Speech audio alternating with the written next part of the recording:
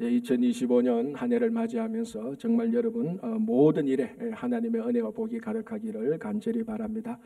우리 지난 주일 2024년 마지막 주일 로마서 강해를 이제 다 보고 다시 구약으로 돌아왔습니다. 이제 구약으로 돌아오는데 어디로 돌아와야 되느냐?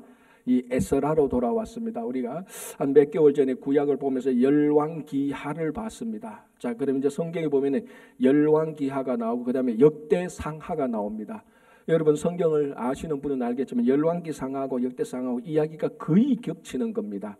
거의 겹치고요. 물론 자세히 보면은 차이들이 납니다. 그러나 우리가 그거 자세히 보는 차이를 밝혀내는 어떤 학자나 그런 우리가 수업하는 시간은 아니니까 열왕기에 나타났던 그 왕들을 통하여서 하나님께서 이스라엘에게 보여줬던 하나님의 그 위대하심, 하나님의 선하심이 역대기에도 그대로 나타납니다. 그 역사적인 사건은 똑같은 사건입니다. 그래서 역대상하를 건너뛰고, 왜냐하면 내용은 같으니까 이제 오늘 에스라로 넘어오겠습니다. 자, 오늘 본문 이제 에스라를 보기 전에 지금 이 본문에 대한 간단한 배경이 반드시 필요합니다. 자, 지금 이 에스라를 보는데 이때 시점이 어떤가 하면요, 기원전 538년입니다. 그 지금부터 한 255년 전이 2000한 미안합니다. 지금부터 2550년 전 이야기입니다. 꽤 먼 2550년 전 이야기를 지금 우리가 이제 살펴보는데, 이때가 이제 역사적으로는 어떤 단계인가 하면은 이제 유다가 바벨론에 의해서 다 정복되지 않습니까? 그래서 성전도 다 파괴되고 많은 사람들이 바벨론으로 포로로 잡혀갔습니다. 거기서 이제 1차 포로부터 오늘 요 본문까지 70년이 지나면서 이제 그 바벨론에서 살게 됩니다. 자, 오늘 요때가 언젠가 하면 그 중동 지역의 최고의 강대국인 바벨론을 페르시아라는 나라가 일어나서 페르시아가 바벨론을 정복합니다. 페르시아는 지금의 이란이라고 보면 됩니다. 이란이 과거의 페르시아입니다. 이 페르시아가 또 이제 바벨론을 정복하고 그 중동 지역의 최고의 강자로 떠오르는 겁니다. 자, 그래서 페르시아가 바벨론을 정복했는데 그때 왕이 고레스 왕이라는 사람입니다. 이 고레스 왕이 이제 BC 기원전 538년에 바벨론을 정복하고 조소와 공포를 하게 됩니다. 이걸 우리가 보통 오늘 설교 제목하고 똑같이 고레스가 칙령을 선포했다 그래서 고레스 칙령이라고 말을 합니다. 그래서 오늘 본문은 페르시아가 바벨론을 정복하고 난 다음에 이 고레스 왕이 딱 등장해서 온 페르시아 제국에 칙령을 선포합니다. 그 칙령 가운데 바벨론으로 포로 잡혀왔던 남유다 백성들에 관한 내용들이 나옵니다. 그 내용들을 이제 오늘 우리가 한번 살펴봄으로써 하나님께서 어떻게 이스라엘 백성들에게 역사하셨는가 이거를 보겠습니다. 자, 1절 2절을 제가 다시 한번 더 봉독해 드리겠습니다. 무슨 내용인가 한번 여러분 따라와 주시기 바랍니다. 1절 바사왕 고레스 원년에, 이게 이제 기원전 BC 한 538년 정도 되는 겁니다. 여호와께서 예레미야의 입을 통하여 하신 말씀을 이루게 하시려고 바사왕 고레스, 이 바사가 페르시아죠, 그죠? 바사왕 고레스의 마음을 감동시키심에 그가 온 나라에 공포도 하고 조소도 내려 이제 칙령을 선포하는 것이죠. 이르되 바사왕 고레스는 말하노니 하늘의 하나님 여호와께서 세상 모든 나라를 내게 주셨고 나에게 명령하사 유다 예루살렘에 성전을 건축하라 하셨으니, 요 내용입니다. 그러니까 바사왕 페르시아 왕 고레스가 나타나서 칙령을 선포하는데 이게 뭔가 하면은 이스라엘 유다 백성들은 이제 예루살렘에 돌아가서 성전을 건축해도 된다라는 말입니다. 자, 이게 무슨 내용인가 하면은 그러면은 이제 바사 왕이 바벨론을 정복했고 바벨론에 포로 잡혔던 유다 백성들을 놓아주는 겁니까? 라고 말하면 예, 놓아주는 겁니다. 이제 해방되는 겁니다. 그러니까 쉽게 말하면은 이럽니다.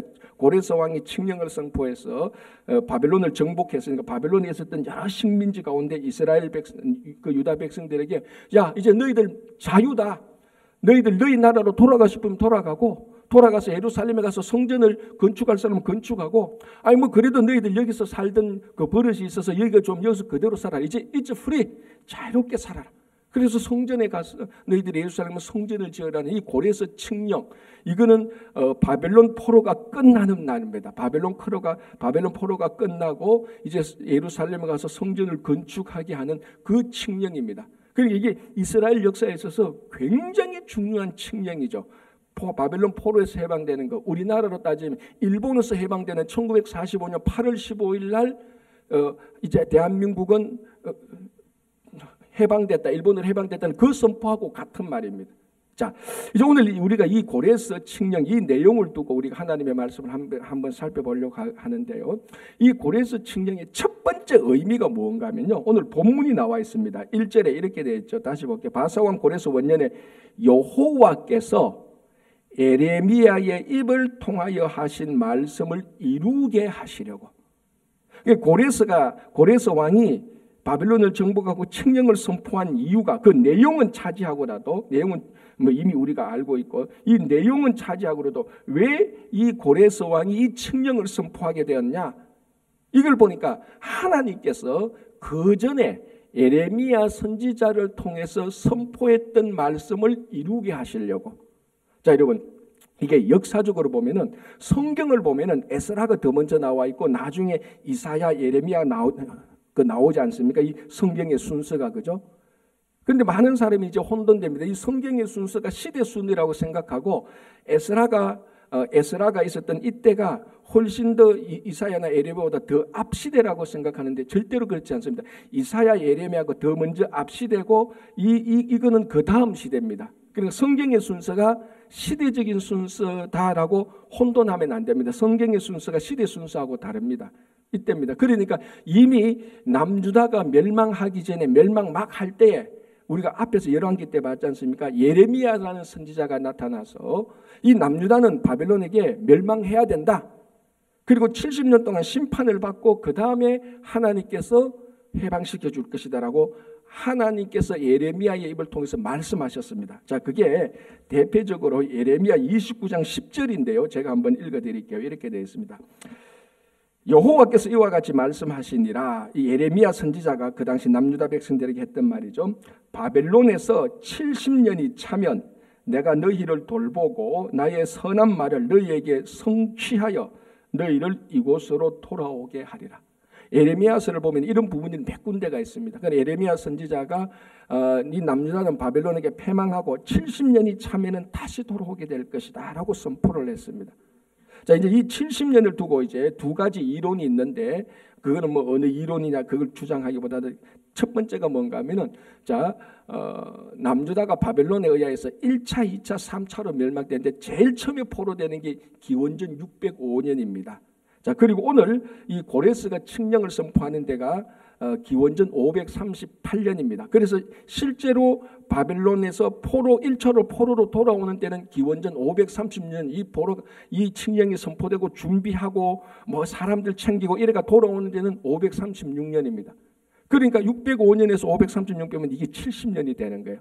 이 1차 포로 때부터 1차 귀환할 때까지 70년이 되고, 나중에 보면은 예루살렘 성전이 완전히 무너지고 제2성전이 완전히 건립될 때 이것도 70년입니다. 어느 걸 선택하든지 70년 포로입니다. 이걸 이미 하나님께서 에레미야의 선지자를 통해서 이 선포해 놓은 그 하나님의 말씀을 성취하게 하시려고 고레스 칙령이 선포된 것입니다. 그러니까 여기서 우리가 하나 알 수 있는 것은 이 고레스 칙령을 통해서 유다 백성들이 해방되는구나. 야, 하나님의 일이 놀랍다. 이것도 중요하지만, 자, 이제 보라. 하나님께서 그 전에 선포하셨던 하나님의 약속의 말씀이 결국 이 역사의 현장에서 그대로 성취되는구나라는 것을 이 에스라 1장을 통해서 확실하게 우리들에게 보여주는 겁니다. 자, 성경은 여러분 아시다시피 구약과 신약으로 되어 있습니다. 그죠? 구약을 우리가 영어로 올드 테스트먼트, 신약은 뉴 테스트먼트입니다. 자, 이 테스트먼트가 언약 또는 약속이라는 말입니다. 그러니까 구약이라는 것은 오래된 약속, 신약은 새로운 약속 아닙니까? 그러니까 성경이 뭔가 하면은 약속의 책입니다. 자, 그러면 약속으로서 가치가 있으려면은 약속이 이루어져야 되는 겁니다. 이루어지지 않는 약속은요, 내 어카운트에 돈 없는데 체크를 막 남발하는 거 똑같아요. 내 어카운트에 돈 없이 체크 줘봤자 이 체크 아무 쓸데 없습니다. 약속이 이루어지지 않으면 아무리 위대한 약속이라도 아무 쓸데 없어요. 그런데 이 성경에 나타난 하나님의 약속은 반드시 이루어진다는 것을 이 고레스 칙령을 통해서 명확하게 보여주는 겁니다. 자, 이 성경 전체가 약속과 성취가 계속해서 반복되어 이루어지는 겁니다. 자, 우리 성경에서 하나님께서 우리들에게 했던 가장 첫 번째 예언적 약속이 뭡니까? 그게 창세기 3장 15절 아닙니까? 아담과 하와가 죄를 짓고 난 다음에 하나님께서 첫 번째로 인류에게 하신 말씀이 나중에 여자의 후손이 나와서 뱀의 머리를 상하게 할 것이다. 사탄의 머리를 상하게 할 것이다. 그 약속, 예언적 약속이 첫 번째인데 그게 결국 예수 그리스도 안에서 완전히 성취되는 것 아닙니까? 그죠?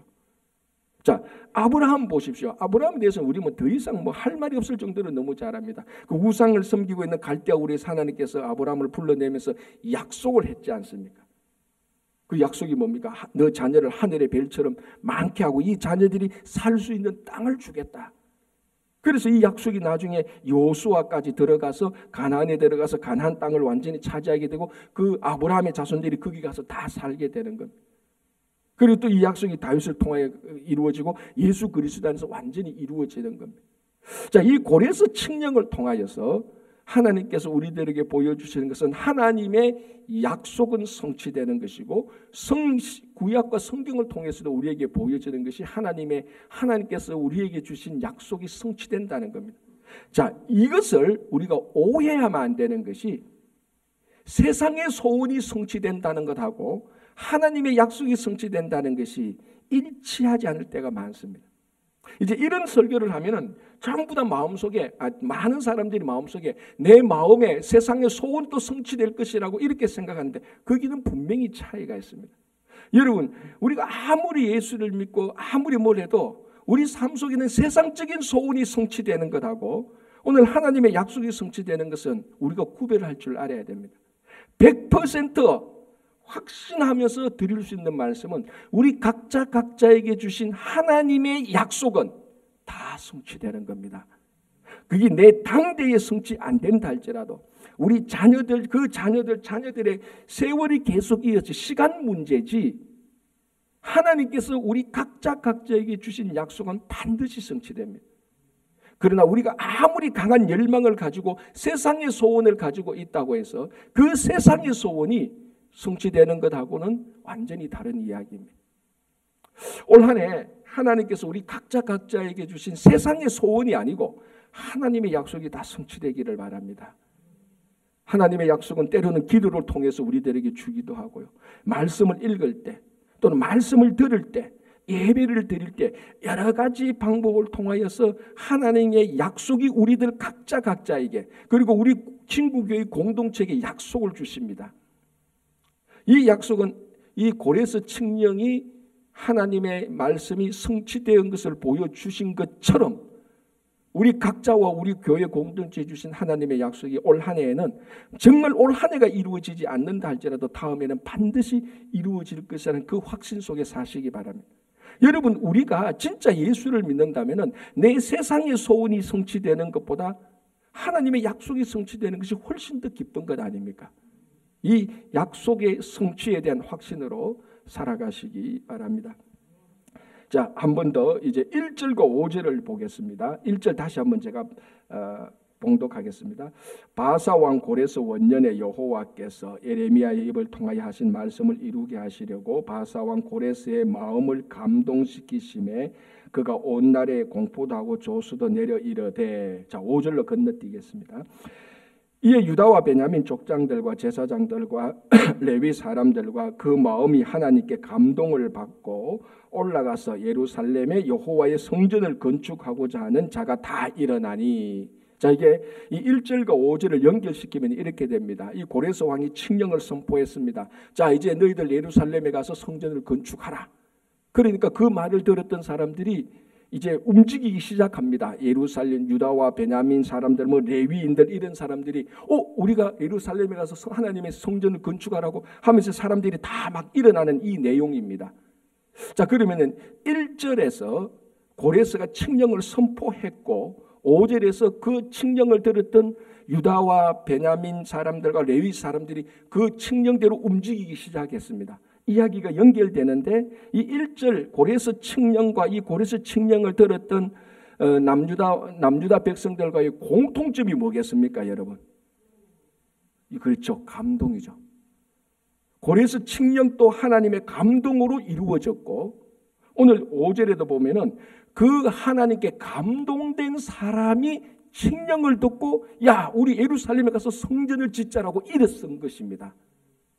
여기에는 하나님의 감동이 있었기 때문에 칙령이 이루어졌고, 말하는 자, 칙령, 그러니까 고레스 왕이 명령을 했고, 하나님의 감동을 받았던 자는 그 명령을 듣고 명령의 의미를 알고 움직이기 시작한 것입니다. 공통점은 다 하나님의 감동입니다. 우리말로 하면 성령께서 감동을 시키는 것이죠. 자, 바벨론에 그동안 70년 동안에 많은 왕이 있었는데 어떤 왕도 이 고레스 왕처럼 이스라엘 백성, 남유다 백성들을 고국으로 돌려보내서 성전을 지으려고 마음에 품었던 사람은 아무도 없습니다. 고레스 왕만 그랬습니다. 왜? 하나님께서 이 고레스 왕을 감동시키니까, 성령께서 역사하시니까 이방인이지만 고레스 왕이 그 감동을 받아서 이런 칙령을 발표하게 되는 것입니다. 그래서 여러분, 올 한 해 동안에 여러분들의 모든 말들이, 우리들의 모든 말들이 정말로 하나님의 감동이 있는 말이 되기를 간절히 바랍니다. 여러분, 성도들의 삶에 있어서요, 누가 뭐래도 가장 중요한 것은 말입니다. 말은 말 자체로도 중요하지만 말에는 힘이 있지 않습니까? 이 말로 사람을 죽이기도 하고 이 말로 사람을 살리기도 하는 거 아닙니까? 그래서 이 살리는 말은 성령께서 역사하시는 말입니다. 아무리 좋은 말이라도 하나님의 감동이 없으면 그건 하나님의 말이 아니지 않습니까? 설교도 똑같습니다. 아무리 위대한 설교라도 감동이 없으면 그건 위대한 연설이지 설교가 아니지 않습니까? 어느 교회에 이제 어린이 주일을 맞이해서 담임 목사님이 한번 용기를 내서 어린이 주일이니까 내가 주일학교 가서 내가 설교를 하겠다. 이제 평소에 이제 전도사님이 설교를 잘했는데 오늘은 어린이 주일이니까 목사님이 가서 설교하겠다고 해서 뭐 어린이 주일이니까 내가 매일 어른 설교하는데 어린이 주일 그래 힘들게 있겠냐고 별 생각 없이 가서 설교를 했는데 애들이 듣습니까? 안 듣죠. 막 떠들고 막 웅숭숭하니까 목사님이 처음에는 막 자신 있게 갔는데 안 듣는 거예요. 막 식은 땀을 내는 거예요. 애들도 언제 끝나나 하여튼 말하는 자도 듣는 자도 다 막 지겨움 속에서 이래서 이제 설교가 끝나고 이제 목사님이 또 기도하고 헌금하고 이제 또 전도사님에서 이제 공지하고 또 목사님이 가셨으니까 마지막으로 축도해 주지 않습니까? 그런데 축도한다고 두 손을 딱 드는 게 어린아이들이 축도하는 거 처음 봤잖아요. 그러니까 옆에 애가 야, 목사님 왜 저 두 손 들고 저렇게 있냐 하니까 옆에 애가 그랬죠. 야, 그것도 모르냐. 오늘 설교 망쳤다고 하나님 앞에 벌 쓰고 있는 거 아니야. 이렇게 했다는 거예요. 듣고 보니까 제가 가슴이 딱 찌릿하더라고요. 이 교회 조크죠. 교회 농담인데요. 교회 에피소드인데요. 하나 중요한 게 있지 않습니까? 설교를 하든 말을 하든 그것이 하나님의 감동으로 전해지지 않으면요, 어른이나 젊은이나 늙은이나 남자나 여자요, 그게 하나님의 말씀이 들어가지가 않습니다. 이 고레스 칙령이 가장 위대한 것은요, 이 칙령의 이 내용도 좋지만요, 이 칙령에 하나님께서 감동했다는 겁니다. 감동했다는 것. 그러니까 이 칙령이 막 역사를 드러내는 겁니다. 자, 그러면은 5절을 보니까 그 칙령을 듣는 자들이 또 감동을 받은 겁니다. 자, 그래서 이 칙령을 듣고 예루살렘의 성전을 건축하자고 1차로 귀환하는데 몇 명인 줄 아십니까? 이게 나중에 1장 2장 보면은 49897, 4,997명입니다. 약 5만 명이죠. 자, 그럼 그 당시 이 바벨론 페르시아 이 지역에 남유다 백성들 이 49,897명만 있었느냐? 아닙니다. 수십만 명이 더 있었어요. 고레스가 칙령을 선포하는데 약 5만 명만 그 얘기를 딱 들었겠습니까? 다 들었다는 거예요. 다 들었는데 4,997명만 야, 우리 예루살렘에 가서 성전을 짓자라고 움직이기 시작했던 거예요. 이 사람이 어떤 사람들이라고요? 재산이 있는 사람들입니까? IQ가 좋은 사람들입니까? 열망이 있는 사람입니까? 아닙니다. 오늘 보니까 하나님께 감동을 받고, 여기에는 못생긴 사람들도 있을 것이고 똑똑한 사람도 있을 것이고 잘난 사람도 있을 거고 못난 사람들도 있을 것입니다. 그런데 모든 공동체는 하나님께 감동을 받으니까 그 칙령이 하나님의 음성으로 들리고 우리가 예루살렘으로 가자는 것입니다. 여러분, 듣는 자가 아무리 감동으로 말해도요, 말하는 자가 아무리 감동으로 말해도 듣는 자가 감동이 없으면요, 영적인 말은 한마디도 못 알아들었습니다. 이 17세기에 실제로 있었던 자료인데요, 윌리엄 펜벌이라는 옥스포드의 위대한 신학자가, 그러니까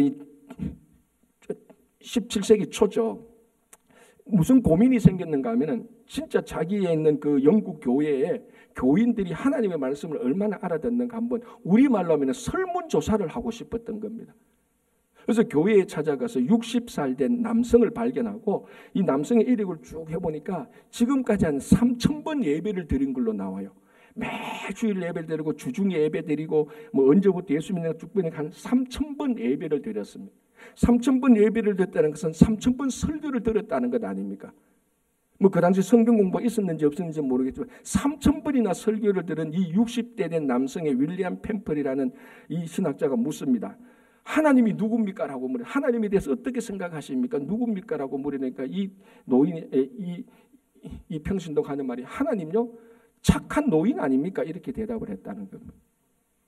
어이가 없죠. 자, 그다음에 그럼 예수는 누굽니까? 예수요, 전도 유망한 청년이죠. 이렇게 대답을 했다는 거예요. 이 자료에는 그럼 영혼은 뭐냐라고 말하니까 우리 몸속에 있는 아주 위대한 뼈라고 대답을 합니다.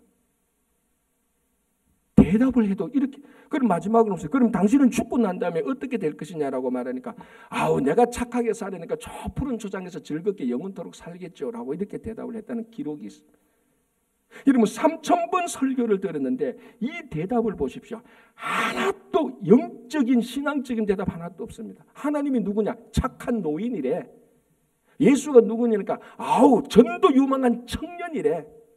영혼이 뭐냐니까 우리 몸속에 있는 뼈래. 죽고 난 다음에 내가 착한 일을 했으니까 저 푸른 초장에서 잘 살겠지. 왜 이 3,000번 예배를 드렸는데 이런 대답밖에 못합니까? 영적인 감동으로 말씀을 한 번도 안 들었다는 겁니다. 여러분, 이게 남의 얘기가 아니지 않습니까? 오늘날 우리에게 똑같이 일어나는 얘기입니다. 제가 이제 목회를 하다 보면 면담하고 상담하는 일이 굉장히 많지 않습니까? 참 느끼는 건 뭐냐 하면요, 좀 어렵고 힘든 분이 와서 저도 어떨 때는 별 생각 없이, 아주 죄송한데 별 생각 없이, 나쁜 의미는 아닙니다. 그냥 어떻게 위로해야 될까 특별한 말이 생각이 안 나서, 집사님 하나님께서 잘해 주실 겁니다. 우리 같이 기도합시다. 힘내세요. 요 말 한마디 했는데 제 앞에서 우는 분이 있어요. 제가 깜짝 놀랐어요. 아니 집사님 왜 하니까 그 말이 그렇게 위로가 되는데, 여러분 그 말이 뭐 위로됩니까? 하나님이 잘해 주실 겁니다. 같이. 너무나 평상적인 일상적인 말 아닙니까? 근데 이 말에 우는 분들이 있다니까요. 이거는 말하는 저보다는 듣는 분이 성령의 감동으로 듣는 겁니다. 또 반대로는요, 1시간, 2시간요 간절히 말합니다. 성경은 이렇고 이렇게 해도요 냉소적으로 듣는 사람이 있어요. 목사님이니까 그렇게 말하는 거죠. 딱 들어보면요 말에 가시가 딱 있어요. 냉소적이에요. 아니 정말로 간절한 마음으로 집사님 이렇고 저렇고 해도요, 그 듣는 마음에 감동이 없으면요 바울이 말해도 안 되잖아요. 우리 복음서에 예수님께서 설교를 하는데도 하나님께 감동을 받지 않은 바리새인과 그 서기관들, 종교 지도자는 어떻게 합니까? 예수님의 설교를 듣고 어떻게 합니까? 예수님을 죽이려고 결단하는 거예요. 감동이 없어요. 자, 오늘 이 고레스 칙령과 이 칙령을 들었던 이 사람들에게 위대한 건 뭡니까? 하나님의 감동으로 칙령이 선포되어지고, 그 선포되어진 그 칙령을 감동으로 들으니까 이제 하나님의 위대한 일들이 일어나게 되는 것입니다. 여러분, 정말 올 한 해 동안에 여러분 모든 성도들의 말이 길다 짧다 그거 중요하지 않습니다. 길면 또 좀 어떻습니까? 짧으면 또 어떻습니까? 그 말에 감동이 있으시기 바랍니다. 그리고 여러분 들을 때 정말 그 말이 하나님의 말씀이라는 감동으로 들으시기 바랍니다. 표현이 좀 어색하면 어떻습니까? 누가 좀 길게 말하면 어떻고 짧게 좀 말하면 어떻습니까? 이게 감동으로 들으면요 한마디 단어에도 우리에게 하나님의 음성으로 들립니다. 여러분 이런 경험 다 있지 않습니까? 정말 어렵고 힘들 때 하나님의 성령을 간절히 바랄 때 시편 어디를 펴서 한 구절만 읽어도 마음속에 먹먹해지는 거 다 경험해봤지 않습니까? 그런데 우리 마음에 성령의 감동이 없으면 시편을 1편부터 150번 다 읽어도요 그냥 지루해요. 왜 예배에, 왜 기도에, 왜 말씀에 신앙의 거룩한 재미가 없습니까? 그건 하나님의 감동이었기 때문입니다. 그래서 오늘 이 5절에 보면은 그 마음이 하나님께 감동을 받고 다 올라가는 겁니다. 하나님께 감동, 성령의 감동으로 말하고 듣는 올 한 해가 되었으면 참 좋겠습니다. 자, 그리고 이 성령의 감동이 하는 일은요, 세상의 위대한 일을 성취하는 건 아닙니다. 하나님이 일을 하게 되는 겁니다. 자, 고린도 칙령의 내용이 뭡니까? 너희들 예루살렘에 가서 성전을 건축하라는 겁니다. 자, 여러분, 이 바빌론에 있었던 사람들한테 한번 생각해 보십시오. 이게 얼마나 불편한 일입니까? 이미 바빌론에서 다 정착된 사람들입니다. 1차 포로 때 온 사람은 70년을 살았어요. 70년 살면 두 세대 이상 삽니다. 여러분 이민 와서 70년 살면 그게 다 정착되는 것 아닙니까? 자녀들 이미 다 주류 세대 다 들어가고 우리 이민 와서 70년 살면요 미국이 얼마나 편한지 모르다. 이거 다 접고 한국 가라면요 굉장히 불편해요. 그리고 뭐 한국 가서 살아라는 겁니까? 성전을 건축하라는데 얼마나 불편한 일입니까? 고레스 칙령 자 너희들 이제 보내줄 테니까 예루살렘에 빨리 가서 거기 가서 부동산 매입하고 빨리 가서 비즈니스 이런 거 빨리 하면은 블루오션이다. 이런 칙령을 듣고 움직인 사람이 아니에요. 성전을 건축하라. 하나님의 일 아닙니까? 그래서 성령의 감동이 있는 것은요. 세상의 위대한 업적을 성취하게 하는 것이 아니고 하나님의 일을 성취하게 하는 겁니다.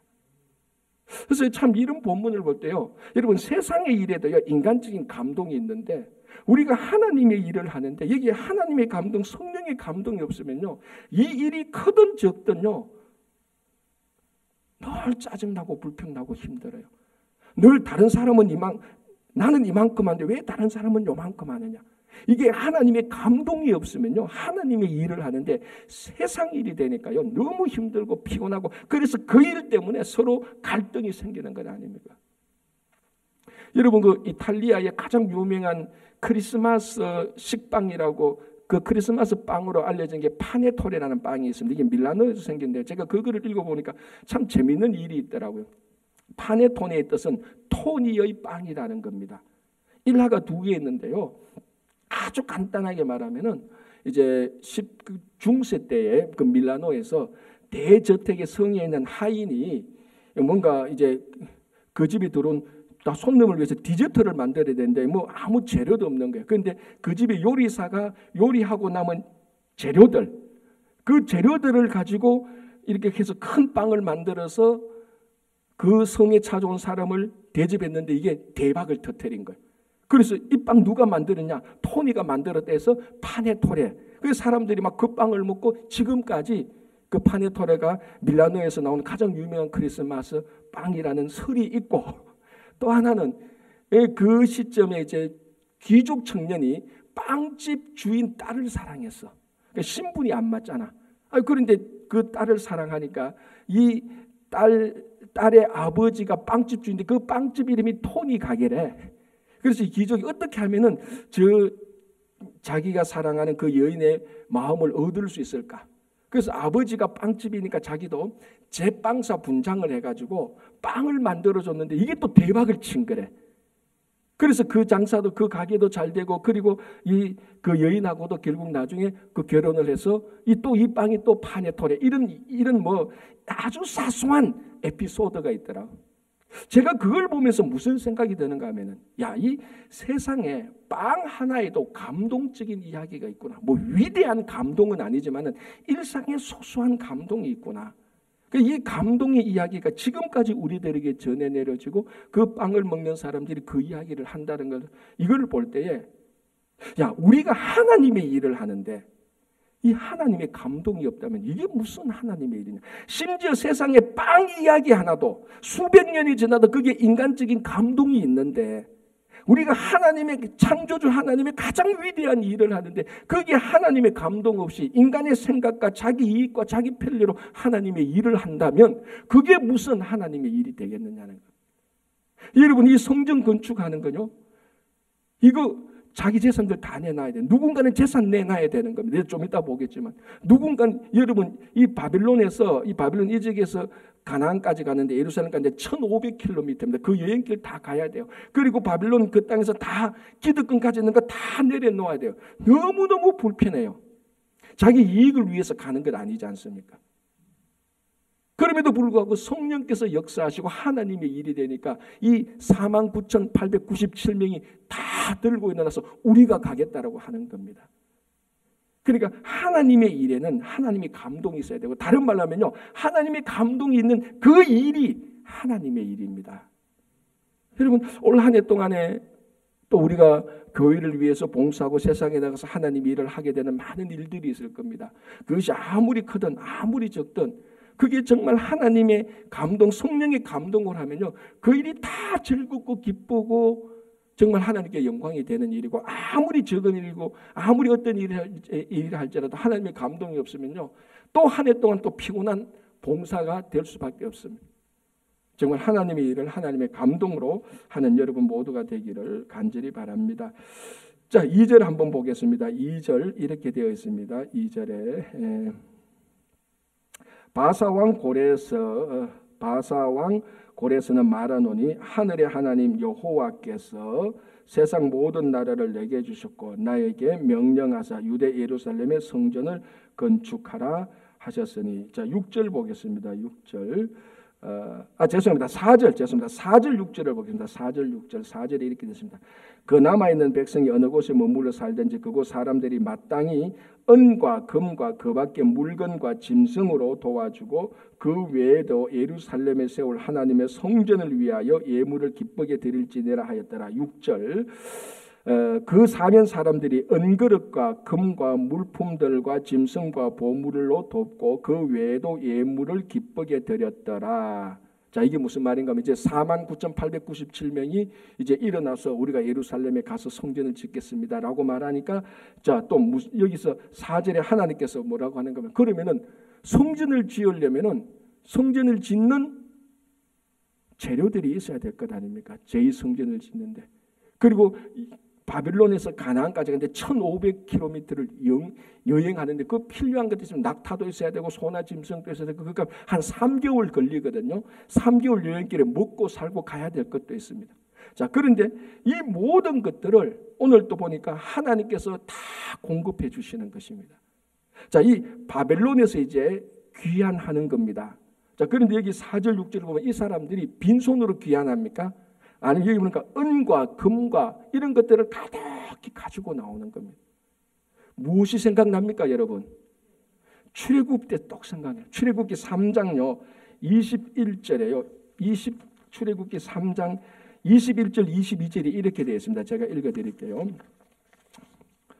내가 애굽 사람을 이 백성에게 은혜를 입히게 할지라 너희가 나갈 때에 빈손으로 가지 아니하리니, 여인들은 모두 그 이웃 사람과 및 자기 집에 거류하는 여인에게 은폐물과 금폐물과 의복을 구하여 너희의 자녀를 꾸미라. 너희는 애굽 사람의 물품을 취하리라.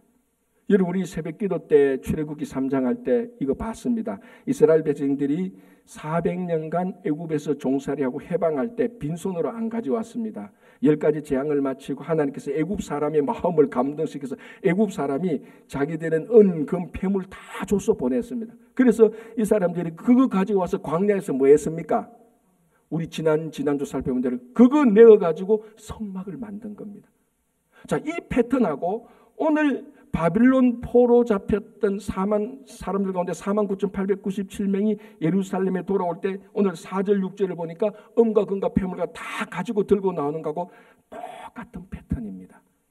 그래서 이것을 본 사람들이 이 바벨론 포로 기한을 뭐라고 말한다고요? 세컨드 엑소더스, 제2 출애굽이다라고 말을. 나오는 모습이 똑같아요. 나와서 뭐합니까? 자, 1차 출애굽 때 나왔던 사람들이 애굽에서 가지고 나왔던 그 물품 가지고 성막을 지었습니다. 두 번째 바벨론 포로에서 잡혔던 사람들이 예루살렘에 와서 그거 가지고 성전을 건축했습니다. 똑같은 패턴이죠. 그러니까 뭘 알 수 있는가 하면 하나님의 일을 할 때 이것이 부족해서, 물품이 부족해서 하나님의 일을 하지 못하는 일은 없다는 겁니다. 하나님께서 넉넉하게 그 때에 맞추어서 그 양의 분량에 맞추어서 하나님께서 공급해 주시는 것입니다. 성막도 그렇게 세워졌고 성전도 그렇게 세워졌고 우리가 하나님 앞에 살아가는 우리 각자의 인생도 하나님께서 그렇게 공급해 주시는 것입니다. 그래서 주기도문에 우리에게 일용할 양식을 주시옵소서라고 말합니다. 이 일용할 양식 속에 들어있는 것은 이 양식을 먹고 우리가 세상에 나가서 사람들을 정복하고 이기고 그런 일용할 양식이 아니고 이 양식을 먹고 우리가 하나님의 일을 하는데 필요한 힘을 가질 수 있는 음식, 그게 여기에 나오는 일용할 양식입니다. 여러분, 우리가 하나님의 일을 하는데 하나님께서는 반드시 필요한 모든 조건들을 다 공급해 주십니다. 전번에 한번 영화를 보는데 이런 장면이 있더라고요. 한 가족이 해외여행을 갑니다. 해외여행을 가니까 아버지가 이제 그 자녀들 한 4명인가 5명을 데리고 공항에 갑니다. 애들이 다 유치원 애들도 있고 초등 애들 있고 다 큰 애들이 한 초등학교 한 3학년 4학년 그러니까 이 4명 5명 데리고 가면 복잡하지 않습니까? 공항에서 짐도 붙여야 되고 뭐 하니까 그러니까 아버지가 또 여권하고 티켓을 다 떼가지고 다 가지고 있습니다. 왜냐하면 애들 주면 잊어버리니까 가지고 있다가 이제 여권 보여달라면 아버지가 야 들어와, 자 여권 하나씩 받아.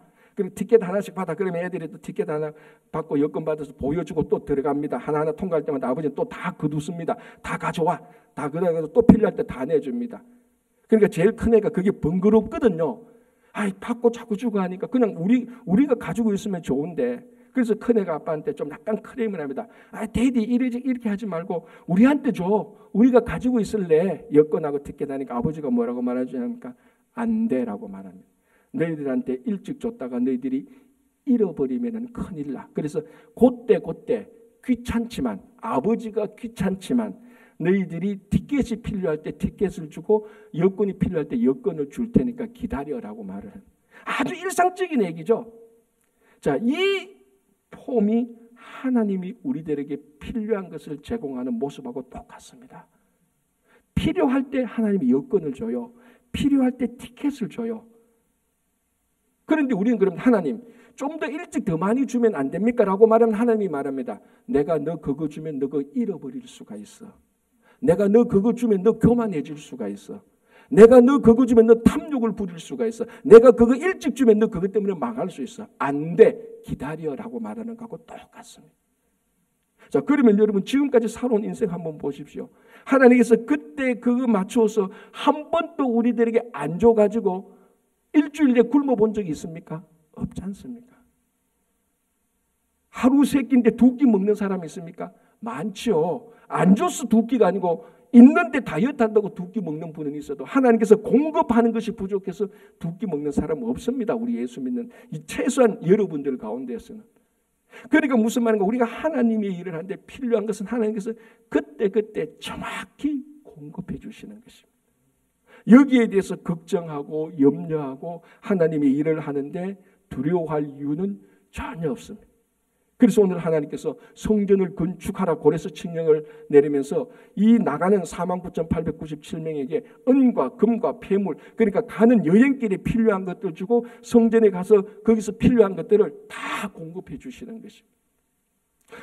자, 올 한 해 동안에 여러분 세상의 소원을 이루기 위해서 내가 세상에 출세하고 잘 먹고 잘 살기 위해서 세상의 소원을 사는 내게 필요한 것을 공급해 주시오. 이게 우리 기도가 아니고 하나님의 일을 하는데 주님 필요한 것들을 주십시오. 라면 하나님은 한 번도 그때에 하나님의 일을 하는데 필요한 것을 거절하신 적은 한 번도 없습니다. 올 한 해 동안에도 이 고레스 칙령에 나타난 이 하나님의 성취 그리고 하나님의 감동 하나님의 이 공급 속에서 살아가시는 여러분 올 한 해가 되시기를 간절히 바랍니다. 기도하겠습니다.